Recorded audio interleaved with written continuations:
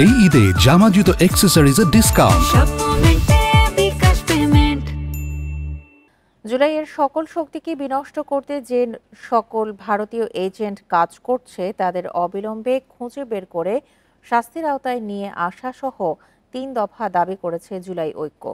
বৃহস্পতিবার রাত ১১টার পরে রাজধানীর শাহবাগে মশাল মিছিল করে এই দাবি জানায় জুলাই ঐক্য। মশাল মিছিলটি শাহবাগ মোড় থেকে শুরু হয়ে ঢাকা বিশ্ববিদ্যালয়ের রাজু ভাস্কর্যের সামনে এসে শেষ হয়।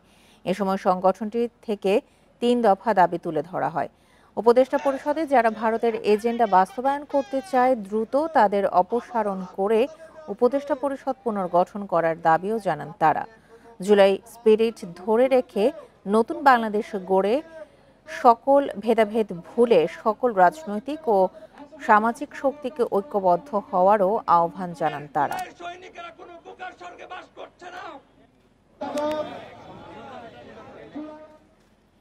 চলমান রাজনৈতিক পরিস্থিতি নিয়ে প্রধান উপদেষ্টা অধ্যাপক মোহাম্মদ ইউনূসের সঙ্গে সাক্ষাৎ করেছেন এনসিপির আহ্বায়ক নাহিদ ইসলাম। বৃহস্পতিবার সন্ধ্যায় প্রধান উপদেষ্টার বাসভবন যমুনায় যান নাহিদ। অধ্যাপক মোহাম্মদ ইউনূস পদত্যাগ করতে চাইছেন। সামাজিক যোগাযোগ মাধ্যমে চলা এমন আলোচনার মধ্যে তার সঙ্গে সাক্ষাৎ করলেন নাহিদ। এনসিপির শীর্ষ পর্যায়ের একাধিক সূত্র জানায় সন্ধ্যা ৭টার দিকে যমুনায় প্রবেশ করেন নাহিদ ইসলাম। বেশ কিছুক্ষণ প্রধান উপদেষ্টার সঙ্গে একান্ত বৈঠক হয় তার। এছাড়া উপদেষ্টা মাহফুজ আলম ও আসিফ মাহমুদ সজীব ভূঁইয়াও প্রধান উপদেষ্টার সঙ্গে দেখা করেছেন। এদিকে সংকট থেকে উত্তরণে প্রধান উপদেষ্টাকে সর্বদলীয় বৈঠক ডাকার আহ্বান জানিয়েছেন জামায়াতে ইসলামীর আমির ডাক্তার শফিকুর রহমান।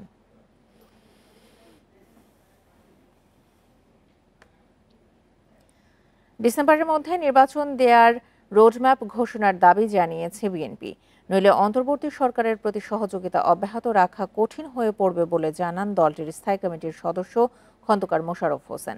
বৃহস্পতিবার বিকেলে গুলশানে দলের চেয়ারপারসনের কার্যালয়ে সংবাদ সম্মেলনে 2 ছাত্র উপদেষ্টার পদত্যাগ ও চট্টগ্রাম বন্দর বিষয়েও কথা বলেন বিএনপি নেতারা। এর আগে সকালে এক অনুষ্ঠানে নিরাপত্তা উপদেষ্টা খলিলুর রহমানের পদত্যাগ দাবি করেন বিএনপি নেতা রুহুল কবির রিজভী। বিএনপির সর্বোচ্চ নীতি নির্ধারণী ফোরামের বৈঠকের বিষয়বস্তু তুলে ধরতে সংবাদ সম্মেলন করেন স্থায়ী কমিটির সদস্যরা। তারা কথা বলেন জাতীয় নির্বাচন, চট্টগ্রাম বন্দর সহ নানা বিষয়ে। বিকেলে গুলশানে চেয়ারপারসনের কার্যালয়ে এই সংবাদ সম্মেলন হয়। এতে বিএনপির নেতারা নির্বাচনের রোডম্যাপ দেওয়ার দাবি জানান। জন আকাঙ্ক্ষা অনুযায়ী একটি নির্বাচিত রাজনৈতিক সরকার প্রতিষ্ঠা করাই এখন সর্বোচ্চ অগ্রাধিকার। তাই আমরা একটি সুষ্ঠু, অবাধ, নিরপেক্ষ নির্বাচনের মাধ্যমে ডিসেম্বর 2025-এর মধ্যে একটি জাতীয় সংসদ গঠনের জন্য অবিলম্বে সুনির্দিষ্ট রোডম্যাপ ঘোষণার দাবি জানাচ্ছি। বিএনপি নেতারা বলেন, চট্টগ্রাম বন্দর ও মানবিক করিডোরের বিষয়ে সিদ্ধান্ত নেওয়ার এখতিয়ার অন্তর্বর্তী সরকারের নেই। চট্টগ্রাম পোর্টের বিষয়টা পক্ষে বিপক্ষের বিষয় নয়। চট্টগ্রাম পোর্টের বিষয় হচ্ছে এটা একটা স্ট্র্যাটেজিক ডিসিশন, এটা একটা পলিটিক্যাল ডিসিশন। সুতরাং এই সিদ্ধান্তগুলো পলিটিক্যাল গভর্নমেন্ট থেকে আসতে হবে। অন্তর্বর্তী সরকারকে নিরপেক্ষ থাকার আহ্বান জানিয়ে 2 ছাত্র উপদেষ্টার পদত্যাগ দাবি করেন বিএনপি নেতারা। সরকারের ভাবমূর্তি রক্ষার্থে তাদেরকে অব্যাহতি দেওয়া প্রয়োজন। এদিকে বৃহস্পতিবার সকালে নয়াপল্টনে সংবাদ সম্মেলনে করিডোর ইস্যুতে নিরাপত্তা উপদেষ্টা খলিলুর রহমানের ভূমিকা নিয়ে প্রশ্ন তোলেন বিএনপির সিনিয়র যুগ্ম মহাসচিব রুহুল কবির রিজভী। মানবিক করিডোর বা চ্যানেল নামে বাংলাদেশকে যুদ্ধক্ষেত্রে পরিণত করার পায়তারা করা হচ্ছে। তিনি বাংলাদেশকে অস্থির করার পরিকল্পনা করছেন, কিন্তু আমরা তা হতে দেব না। আমি অন্তর্বর্তীকালীন সরকারের প্রধানকে জানাতে চাই, এই ধরনের বিতর্কিত ব্যক্তিদের উপদেষ্টা পরিষদে রাখলে পরে সরকারের জন্য সুনাম বয়ে আনবে না। অবিলম্বে তার পদত্যাগ দাবি করছে। জাহিদুল ইসলাম, ইন্ডিপেন্ডেন্ট নিউজ, ঢাকা। মানুষের ভোগান্তি বিবেচনায় সড়কের আন্দোলন প্রত্যাহারের ঘোষণা ইশরাক হোসেনের। তবে শপথ বিষয়ে রায় নিয়ে কালক্ষেপণ হলে আবারও রাস্তায় নামার হুঁশিয়ারি দিয়েছেন তিনি। উপদেষ্টা আসিফ ও মাহফুজের পদত্যাগের বিষয়ে 48 ঘণ্টা পর্যবেক্ষণ করবেন তারা। এদিকে শপথ না পড়ানো নিয়ে রিট খারিজ হওয়ায় উচ্ছ্বসিত ইশরাকের সমর্থকরা। বৃহস্পতিবার সকালে বৃষ্টির মাঝেই কাকরাইল মোড়ে ইশরাকের সমর্থকরা তাকে মেয়রের চেয়ারে বসানোর দাবিতে দিতে থাকেন নানা স্লোগান। 11:30 নাগাদ ইশরাককে শপথ না পড়ানোর বিষয়ে রিট খারিজ করে দেয় হাইকোর্ট। এতে বাঁধভাঙা উচ্ছ্বাস নেতাকর্মীদের। আমরা এখন আশা করব অতি দ্রুত ইশরাক ভাইকে শপথ পড়ে তার দায়িত্ব বুঝে দেওয়ার জন্য। আমাদের যেই রায় দিয়েছে আমরা অত্যন্ত খুশি। জনাব ইঞ্জিনিয়ার ইশরাক হোসেন মেয়র হয়ে আসবে, জনতার মেয়র। আমাদের দফা 1 দাবি 1 আসিফের পদত্যাগ, এটাই আমাদের দাবি। আমরা আমাদের জয় পেয়েছি, আমরা সফল হয়েছি, আমরা এখন আসিফের পদত্যাগ চাই। এরপর শুরু হয় নতুন আন্দোলন। এবার এক দফা দাবি স্থানীয় সরকার উপদেষ্টা আসিফ মাহমুদ এবং তথ্য উপদেষ্টা মাহফুজ আলমের পদত্যাগ। আশপাশের জেলা থেকে আসতে শুরু করেন নেতাকর্মীরা।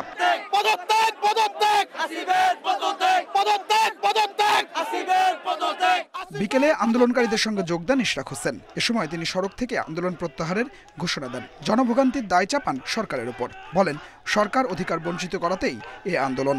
আসিফ ও মাহফুজের পদত্যাগে 48 ঘন্টা পর্যবেক্ষণের কথাও জানান তিনি। আপাতত আমরা স্থগিত রাখবো এবং সরকারকে আগামী 24 ঘন্টা থেকে 48 ঘন্টা পর্যবেক্ষণ করা হবে তারা কি করে, এবং তার পরিপ্রেক্ষিতে তাদের যে কর্মকাণ্ড সেটার উপর ভিত্তি করে পরবর্তী কার্যক্রম নির্দেশনা আসবে এবং নেওয়া হবে। ইশরাকের ঘোষণার পর বিকেল 5:30 নাগাদ কাকরাইলের সড়ক ছাড়েন কয়েক হাজার নেতাকর্মী।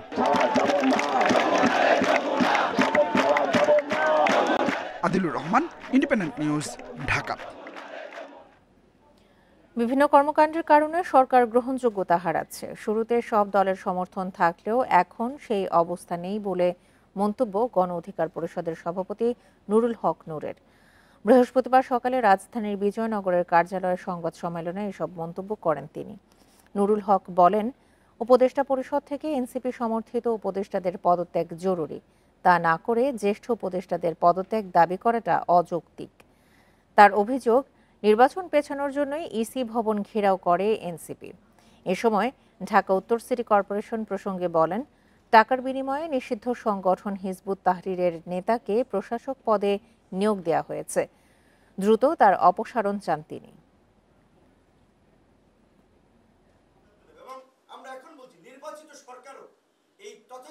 সামগ্রিক প্রেক্ষাপটে মনে হয়েছে যে আসলে আগামী জাতীয় নির্বাচনের জন্য আমাদের আরেকটা নিরপেক্ষ এবং নির্দলীয় তত্ত্বাবধায়ক সরকারের প্রয়োজন হবে।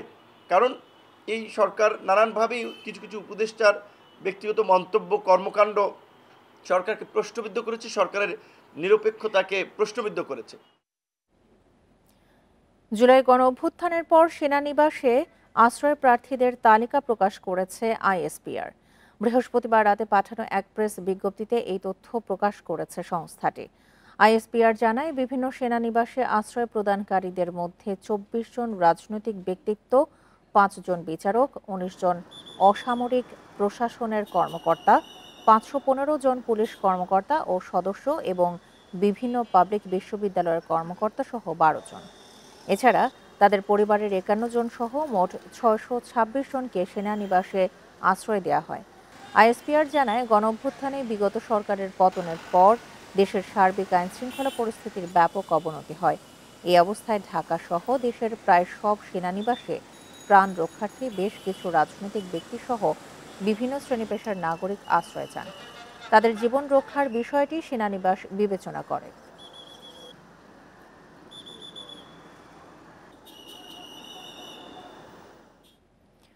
আসামিদের গ্রেপ্তারের ক্ষমতা পেয়েছে আন্তর্জাতিক অপরাধ ট্রাইব্যুনালের তদন্ত সংস্থা। বৃহস্পতিবার রাতে এই সংক্রান্ত এক প্রজ্ঞাপনে বিষয়টি নিশ্চিত করা হয়।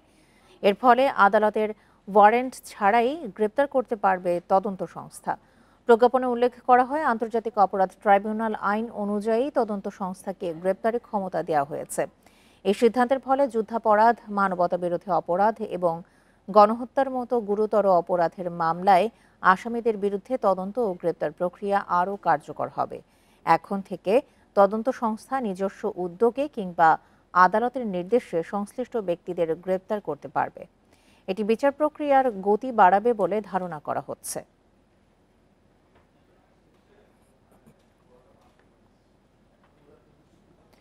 রাজুকের সার্ভার হ্যাক করে বহুতল ভবনের নকশা অনুমোদন জালিয়াতি করেছে একটি চক্র। শুধু হ্যাকিংয়ে নয়, রাজুকের একাধিক কর্মকর্তার সিলও নকল করে তারা। এ ঘটনায় মতিঝিলের এক ফটোকপি দোকানের মালিক ও কর্মচারী জড়িতের প্রমাণ মিলেছে। এরই মধ্যে দুজনকে গ্রেপ্তার করা হলেও মালিক পলাতক। বৃহস্পতিবার বিকেলে রাজুক ভবনে জরুরি সংবাদ সম্মেলন জানানো হয় এসব তথ্য। হ্যাকিং ও জালিয়াতির ঘটনায় মামলা প্রক্রিয়াধীন। শাহজালাল বিমানবন্দরের ঠিক পাশের এলাকা বাউনিয়া। এজন্য এখানে বড় ভবনের নকশা অনুমোদন নিতে পোড়াতে হয় বহু কাঠখড়। তবে এ এলাকায় এখন অনেক বহুতল ভবন গড়ে উঠেছে। সম্প্রতি এমনই এক 15 তলা ভবনের নকশার অনুমোদন নেওয়া হয় মাত্র 17 মিনিটে। বিষয়টি নজরে এলে তদন্তে নামে রাজুক। দেখা যায় মতিঝিলের নীল নকশা নামে একটি ফটোকপি দোকান থেকে রাজুকের সার্ভার হ্যাক করে এই অনুমোদনের কাজ করা হয়। অর্থ পরিশোধ হয় দোকানটির মালিকের অ্যাকাউন্ট থেকে। ওই সার্ভার হ্যাক হওয়ার পরে কোনো একটা ফাইল 15 তলা ওয়াটার বডি পাস হয়ে গেছে, তো এই জন্য আমাদের ধরে নিয়ে আসছে। সবগুলো ফাইল ওনারা ডিটেলস দেখার পরে আমাদের একটা ফাইল ওনারা বললো যে এখান থেকে জমা হচ্ছে, কিন্তু ওখানে বসে ক্রেডিট কার্ড থেকে টাকা জমা দিছে। বৃহস্পতিবার সকালে দোকানটিতে অভিযান চালিয়ে জব্দ করা হয় বিপুল নকল সিল। 2 কর্মচারীকে গ্রেপ্তার করতে পারলেও মালিক পলাতক। যে নকশাটির বিষয়ে অভিযোগ রয়েছে সেই নকশাটি সেখানে প্রণীত হয়েছে, তাদের কম্পিউটারে এটা পাওয়া গিয়েছে। এটি আপলোড করার জন্য যে জিমেইল আইডিটি খোলার প্রয়োজন পড়ে সেটিও তারা ওখানে তৈরি করেছে। এ জালিয়াতির সঙ্গে রাজুকের কোনো কর্মকর্তা, কর্মচারী কিংবা সংশ্লিষ্ট কারো জড়িত থাকার প্রমাণ পেলে ব্যবস্থা নেওয়ার কথা জানান সংস্থাটির চেয়ারম্যান।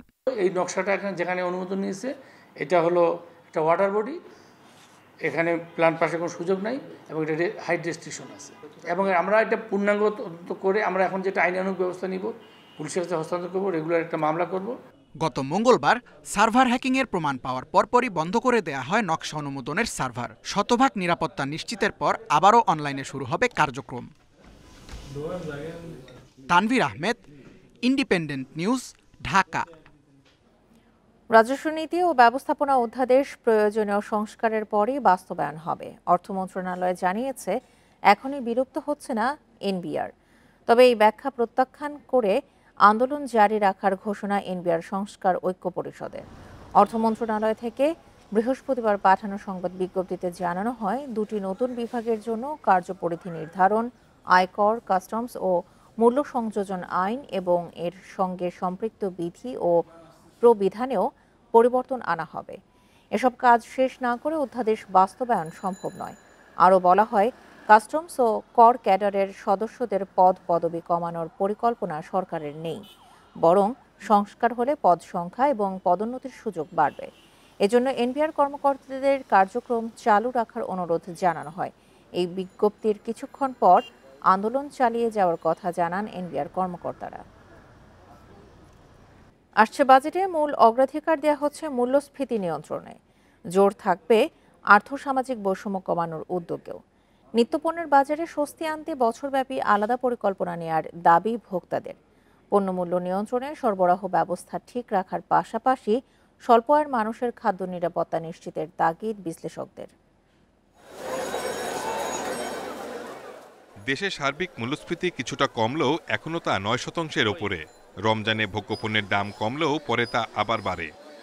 এখন যদি সরকার কিছু নিয়ন্ত্রণ করে বাজার, তাহলে তো অনেক ভালো, সবার জন্য, গরিব গুণানোর জন্য ভালো। সরকারের কাছে আমাদের চাওয়াটা কি? যে দ্রব্যমূল্য আমাদের নিয়ন্ত্রণে থাকবে, আমরা যেন বাজারে এসে স্বাচ্ছন্দ্যে বাজার করতে পারি। আমাদের কাছে সরকারের কাছে আমাদের অন্য কোনো চাওয়া নাই। মূল্যস্ফীতি নিয়ন্ত্রণ সহ অর্থনৈতিক স্থিতিশীলতা রক্ষায় গতবারের চেয়ে এবার বাজেটের আকার কিছুটা কমছে। নেওয়া হচ্ছে না তেমন কোনো বড় প্রকল্প। সুযোগ তৈরি করা হবে গ্রামীণ পর্যায়ের কর্মসংস্থানের, নিশ্চিত করা হবে বিনিয়োগের পরিবেশ। আমরা যদি সব কিছুর দাম কমিয়ে রাখতে চাই, জ্বালানির দাম কমিয়ে রাখতে চাই, বিদ্যুতের দাম কমিয়ে রাখতে চাই, তাহলে ভর্তুকি দিতে হবে।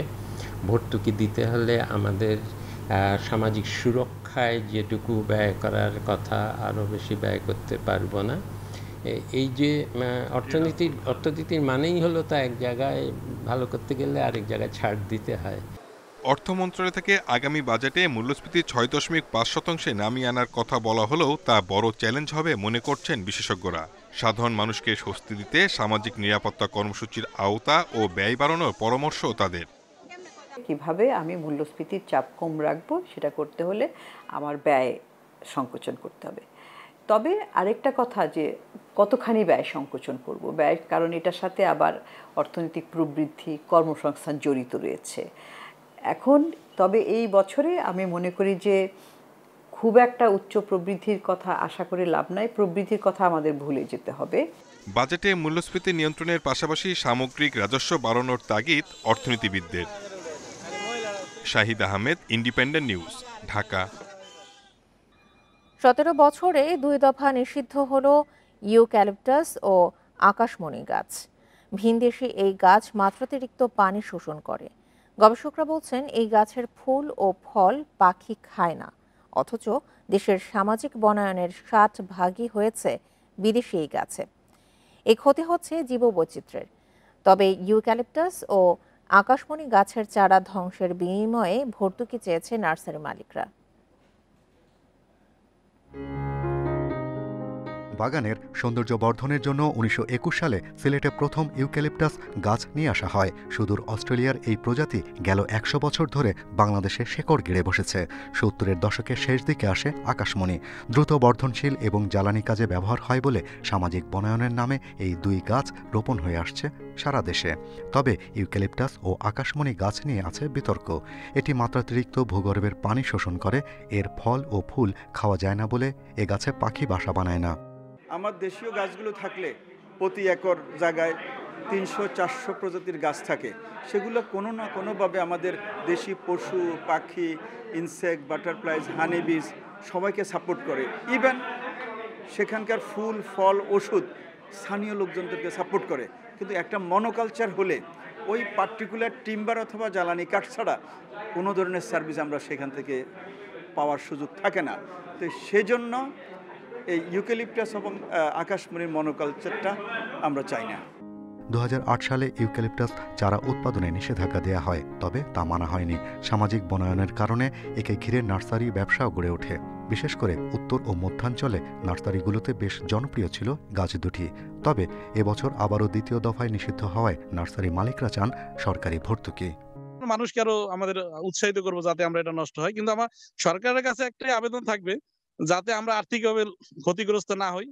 সরকার যদি এর চারার বিনিময়ে যদি সব নার্সারি মালিকদের একটা কম মূল্য হইলেও ধরে যদি একটা কি বলবো ভর্তুকি দিয়ে দেয়। গবেষকেরা বলছেন যেসব ইউক্যালিপটাস ও আকাশমণি পূর্ণবয়স্ক হয়েছে সেগুলো অপসারণ করে দেশীয় ফলের গাছ রোপণ জরুরি। Shahriar Anirban, independent news, Dhaka. মানিকগঞ্জে চটকদার বিজ্ঞাপন দেখিয়ে হাজারো গ্রাহকের কাছ থেকে শত কোটি টাকা হাতিয়ে নিলেও বুঝিয়ে দেওয়া হয়নি প্লট। ধলেশ্বরী হাউজিং লিমিটেডের বিরুদ্ধে উঠেছে প্রতারণার এমন অভিযোগ। প্লট তো দূরের কথা, এখন পর্যন্ত প্রবেশ গেট ছাড়া কোনো অবকাঠামোই নির্মাণ হয়নি। রাজনৈতিক প্রভাব খাটিয়ে জমি দখলেরও অভিযোগ রয়েছে। এ বিষয়ে আনুষ্ঠানিক অভিযোগ পেলে তদন্ত করে ব্যবস্থা নেওয়ার আশ্বাস প্রশাসনের। 2010 সালে ধলেশ্বরী হাউজিং প্রকল্প 1 থেকে 4% জমি নেন প্রবাসী লুৎফুর রহমানের স্ত্রী ঋতু রহমান। এককালীন 10,000 টাকা এবং 4,000 টাকা করে মাসিক কিস্তি দেন। 2020 সালে পরিশোধ করেন কিস্তির 5 লাখ টাকা। এরপর 5 বছরেও বুঝিয়ে দেওয়া হয়নি জমি। গ্রাহকদের অভিযোগ, নির্ধারিত সময়ে কিস্তির টাকা শোধ করলেও প্লট বুঝিয়ে দিতে টালবাহানা করছে হাউজিং কর্তৃপক্ষ। অভিযোগ আছে জমি দখলেরও। তারা আমাদের প্রজেক্টটা বুঝিয়ে দিতেছেন, আরো ধানাই পানাই করতেছে যে অমুক বছর দেওয়া হবে এতজন, অমুক বছর অতটি, এরকম দেওয়া হবে। সরকারি খাস জমিও আছে কিন্তু এটার ভিতরে, তারা খাস জমি সহ কিন্তু মাটি ফিলিং করে পড়ছে। এদিকে ধলেশ্বরী হাউজিং কর্তৃপক্ষের দাবি, করোনার সময় প্রকল্পের কাজ পিছিয়ে যায়। এবছরই ফের শুরুর আশ্বাস তাদের। আমরা যাদের সাথে রেজিস্ট্রি করে দিয়েছি তাদেরকে আমরা বলেছি আমরা 2025 সালে আমরা একটু ডেভেলপে গিয়ে একটু প্লট আকারে আমরা বুঝিয়ে দেওয়ার সেই কাজটা আমরা ইনশাল্লাহ খুব শীঘ্রই এই 25 সালে আমরা যাব। অভিযোগ রয়েছে একসময় যুবক হাউজিংয়ে জড়িত ছিল চক্রটি। এদিকে ভুক্তভোগীদের লিখিত অভিযোগের পরামর্শ জেলা ডেভেলপার অ্যাসোসিয়েশনের। অনেকে দলিল পাইছে কিন্তু তাদের যে কোন প্লটটা সেইটাও তারা জানেন না যে ওই প্লটটা কোনটা। এখন হাতের আঙ্গুল দিয়ে তার বুঝাই দেওয়া যায় না যে ওই প্লটটা আপনার। এখন তারা যদি ওই হাতের আঙ্গুল দিয়ে বুঝাই দেয়, এটা তো আসলে স্যাটিসফাই হওয়ার কিছু নাই। বেসরকারি প্রকল্প হলেও অভিযোগ পেলে তদন্ত করে ব্যবস্থা নেওয়ার আশ্বাস জেলা প্রশাসনের। কেউ যদি আমাদের কাছে অভিযোগ দেয় যে ওনাদের সাথে এইভাবে অন্যায় করা হয়েছে, তাহলে আমরা এই প্রতিষ্ঠান সমূহ বা হাউজিং কোম্পানি সমূহ যারা দেখে, গণপূর্ত মন্ত্রণালয়ের মাধ্যমে দেখা হয় বা যারা এখান থেকে লাইসেন্স দেয়, ওই কর্তৃপক্ষকে আমরা ওনাদের দরখাস্তগুলো আমাদের কাছে দিলে ওইগুলো জানিয়ে দিব। দেড় দশক আগে ঢাকা আরিচা মহাসড়কের পাশে কালিয়ানী ও তাঁতি কালিয়াটি মৌজার গজারির বিলের পরিত্যক্ত ডোবা ভরাট ও কিছু জমি নিয়ে গড়ে তোলা হয় এই হাউজিং। Independent news. কোরবানির ঈদ সামনে রেখে হাটে গরু বিক্রির পাশাপাশি অনলাইনেও বেচাকেনা জমজমাট। কাটছে ব্যস্ত সময় খামারিদের। তারা বলছেন এবার মাঝারি আকারের গরুর চাহিদা বেশি, তবে পশু খাদ্যের দাম বাড়ায় লাভ নিয়ে শঙ্কায় খামারি ব্যবসায়ীরা। কোরবানির ঈদকে সামনে রেখে এবার কুষ্টিয়ায় প্রস্তুত 2 লাখ পশু। গত 2 বছর খামারিরা লোকসানে পড়লেও এবছর তা কাটিয়ে ওঠার আশা করছেন। গরু লালন পালন করছেন সম্পূর্ণ প্রাকৃতিক পদ্ধতিতে। ছাল, গুঁড়া, ফেসারি, ধানের গুঁড়া, চিকন ছাল, মোটা ভুসি, বিচুলি ঘাস এগুলোই খাওয়াই। পথে যাচ্ছে মানে আমার ভয় দেখায়, এই নিরাপত্তা মান নাই।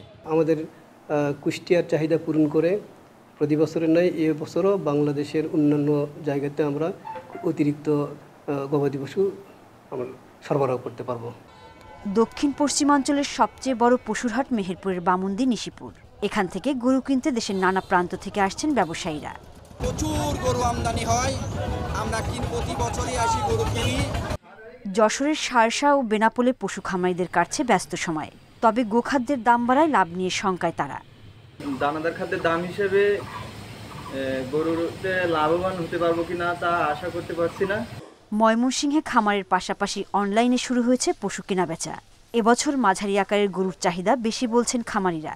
আমাদের 30টা থেকে 6টা গরু ঢাকা সেল হয়ে গেছে, আরও রেসপন্স আসতেছে আলহামদুলিল্লাহ। পশু লালন পালন ও চিকিৎসা সহ নানা পরামর্শ দিচ্ছেন প্রাণী সম্পদ কর্মকর্তারা। বিভিন্ন উপজেলা ওয়াইজ আমাদের গবাদি পশুর খামারের গরুর তথ্য, তার মোবাইল খামারের মালিকের মোবাইল নাম্বার সহ সকল তথ্য দেওয়া আছে। যারা অনলাইনে ক্রয় করতে চান তারা সেই ওয়েবসাইটে ঢুকে সেখান থেকেও তারা খামারির সাথে যোগাযোগের সাপেক্ষে আমাদের এই গবাদি পশু ক্রয় করতে পারবেন। অনলাইন ছাড়াও জেলায় 152টি স্থায়ী অস্থায়ী কোরবানির পশুর হাট বসবে। হাটগুলোতে চিকিৎসা সেবায় কাজ করবে 52টি মেডিকেল টিম। সোহেলি জাহান, ইন্ডিপেন্ডেন্ট নিউজ। কোরবানি ঈদকে সামনে রেখে নাটোরের চক বৈদ্যনাথ আড়ত ধুয়ে মুছে রং করে প্রস্তুত করছেন ব্যবসায়ীরা। তবে লবণের দাম বৃদ্ধি ও বকেয়া টাকা পাওয়া নিয়ে সংশয় থাকলেও এবার ভালো বেচাকেনা আশা করছেন তারা। নাটোর শহরতলির চক বৈদ্যনাথ এলাকার চামড়ার আড়ত দেশের দ্বিতীয় বৃহত্তম এই আড়তে রাজশাহী, কুষ্টিয়া, মেহেরপুর সহ অন্তত 40 জেলার চামড়া সংগ্রহ করেন ব্যবসায়ীরা। কোরবানির ঈদকে সামনে রেখে চলছে লবণ সংরক্ষণ, শ্রমিক ঠিক করা সহ প্রয়োজনীয় প্রস্তুতি। এবার ঈদে 60 ভাগ চামড়া ট্যানারিতে সরবরাহের লক্ষ্য আড়তদারদের। আড়তে যত আগের চামড়া ছিল আমরা ঈদের আগে সব বিক্রি করে দিচ্ছি এবং ঘরের কিছু সংস্কার, আড়তের কিছু সংস্কার হয়, আপনার যেমন রং করা, প্লাস্টার করা, এগুলো আমরা স্বতঃস্ফূর্তভাবে করছি। লবণ থেকে শুরু করে লেবার থেকে শুরু করে সম্পূর্ণ প্রস্তুতি গ্রহণ করেছি এবং এটা গরিব দুঃখীর হক, গরিব দুঃখীর যেন ন্যায্য দাম পায় এটাই আমরা আশা করি। ঈদের আগে বস্তা প্রতি লবণের দাম বেড়েছে 250 টাকা, যার প্রভাব পড়বে চামড়ার দামে। এছাড়া ট্যানারি মালিকদের কাছে আগের পাওনা টাকা পাওয়া নিয়েও চিন্তিত তারা। লবণের দাম ছিল গত 15-20 দিন আগে 730, 40, 50 টাকা বস্তা, সেই লবণ হঠাৎ করে 1000 টাকা পার হয়ে গেছে। চামড়া পাচার রোধে প্রশাসনের পক্ষ থেকে নজরদারি বাড়ানোর আহ্বান জানিয়েছে ব্যবসায়ী সমিতি। পাশাপাশি ঈদের দিনই আড়তে চামড়া নিয়ে আসার পরামর্শ ব্যবসায়ীদের। একটু নজরদার রাখবেন যাতে আমাদের ঈদুল আজহার কাঁচা চামড়া যাতে পার্শ্ববর্তী দেশে পাচার না হয়, কেননা আমাদের দেশের চামড়া বিশ্বের মধ্যে উন্নত মানের। এই চামড়াটা বিশেষ করে প্রতিবেশী রাষ্ট্র চায়, তারা নিতে পারলে তাদের লাভ। গত বছর 2.25 লাখ পিস গরু, 2.5 লাখ ছাগল, 50,000 ভেড়া ও 10,000 পিস মহিষের চামড়া সংগ্রহ করা হয় এই আড়তে। এবার তা ছাড়িয়ে যাওয়ার আশা ব্যবসায়ীদের। Independent news. বর্ষার আগেই বিভিন্ন জেলায় নদী ভাঙনে বিলীন হচ্ছে বসত বাড়ি ও ফসলি জমি। কুষ্টিয়ায় 1 মাসে পদ্মায় বিলীন হয়েছে 100 একর জমি। রংপুরে তিস্তার ভাঙনে 1 সপ্তাহে বসতঘর হারিয়েছে 450টি পরিবার। ভাঙন শুরু হয়েছে নোয়াখালীর বামনী নদীতেও। ভাঙন রোধে অগ্রাধিকার ভিত্তিতে কাজ চলছে জানিয়েছে পানি উন্নয়ন বোর্ড। পদ্মার ভয়াল আগ্রাসনে দিশেহারা কুষ্টিয়ার দৌলতপুরের মরিচা ইউনিয়নের ২৬,০০০ মানুষ। প্রতিদিনই নদীতে বিলীন হচ্ছে ফসলি জমি ও বসতবাড়ি। স্থানীয়দের অভিযোগ, ভাঙন রোধে সরকারি বরাদ্দের মোটা অংশই যায় ঠিকাদারদের পকেটে। আমাদের এই জায়গায় থেকে ৩ কিলোমিটার দূরে নদী ছিল, সেখান থেকে নদী এইরকম ভাঙতে এই জায়গায় চলে আসছে। যেসব এলাকায় ভাঙন শুরু হয়েছে সেসব জায়গায় জিওব্যাগ ফেলার কথা জানান পাউবো কর্মকর্তারা। স্থায়ী বাঁধ নির্মাণ কাজও শুরু হবে দ্রুত। এই ভাঙনকে প্রোটেকশন করার জন্য ১ কিলোমিটার জায়গায় আমরা পরিচালন ব্যয় খাতের আওতায় আমরা ১ কিলোমিটার কাজ বাস্তবায়ন করছে, যার প্রাকলিত মূল্য প্রায় ২০ কোটি টাকা। সেখানে আমাদের এখন জিওব্যাগ ডাম্পিংয়ের কাজ চলমান আছে। তিস্তার ভাঙনে রংপুরের ৩ উপজেলা চরাঞ্চলে অন্তত ৮০০ বসতঘর ও ৫০ হেক্টর জমি বিলীন হয়েছে। পাউবো বলছে, বেশি ঝুঁকিপূর্ণ ২০ থেকে ২২ কিলোমিটার এলাকার বাঁধের সংস্কার কাজ চলছে। এখন তিস্তা দেখেন, এখনো অসময়, এখনো সময় আসে নাই, এখনো ভাঙতেছে। এখন এই যে পানি আসতেছে, আবার এই যে মনে করো তার আগে বাড়িঘর নিয়ে যাওয়া মানুষের জায়গা থামিয়ে আছে। ইতিমধ্যে পানি সম্পদ মন্ত্রণালয়ের মাননীয় উপদেষ্টা মহোদয়ের নির্দেশক্রমে ১৯.৫ কিলোমিটার সতর্কতামূলক নদী তীর সংরক্ষণ কাজ ইতিমধ্যে চলমান রয়েছে। নোয়াখালীর কোম্পানিগঞ্জে বামনী নদীর ভাঙনে নিঃস্ব হচ্ছে অসংখ্য পরিবার। ২০২১ সালে প্রায় ২৩ কোটি টাকা ব্যয়ে নির্মিত রেগুলেটর চালু না করায় ক্ষুব্ধ স্থানীয়রা। এই বানটা না হওয়ার কারণে লবণাক্ত পানি ঢুকি আমাদের অনেক হাজার হাজার একর জমিন কৃষি নষ্ট, ফসল নষ্ট হয়ে গেছে। ৫ থেকে ৬ কিলোমিটার বলকবাদ না করে তাহলে ১ থেকে ২,০০০ পরিবার এই বর্ষার ভিতরে উচ্ছেদ হয়ে যাবে। এলাকাবাসীর অভিযোগ, বালু ব্যবসায়ীদের ট্যাঙ্কার চলাচলের কারণে নদীর সংযোগ খালের দুপাশেও ভাঙন দেখা দিয়েছে। রেশমি নন্দী, ইন্ডিপেন্ডেন্ট নিউজ। আর ছিল এখনকার মতো ইন্ডিপেন্ডেন্ট সংবাদে। ইন্ডিপেন্ডেন্ট টেলিভিশনের সব খবর আরও বিস্তারিত জানতে চোখ রাখুন ফেসবুক, ইউটিউব এবং এক্সে। ধন্যবাদ সবাইকে আমন্ত্রণ পরের আয়োজনে।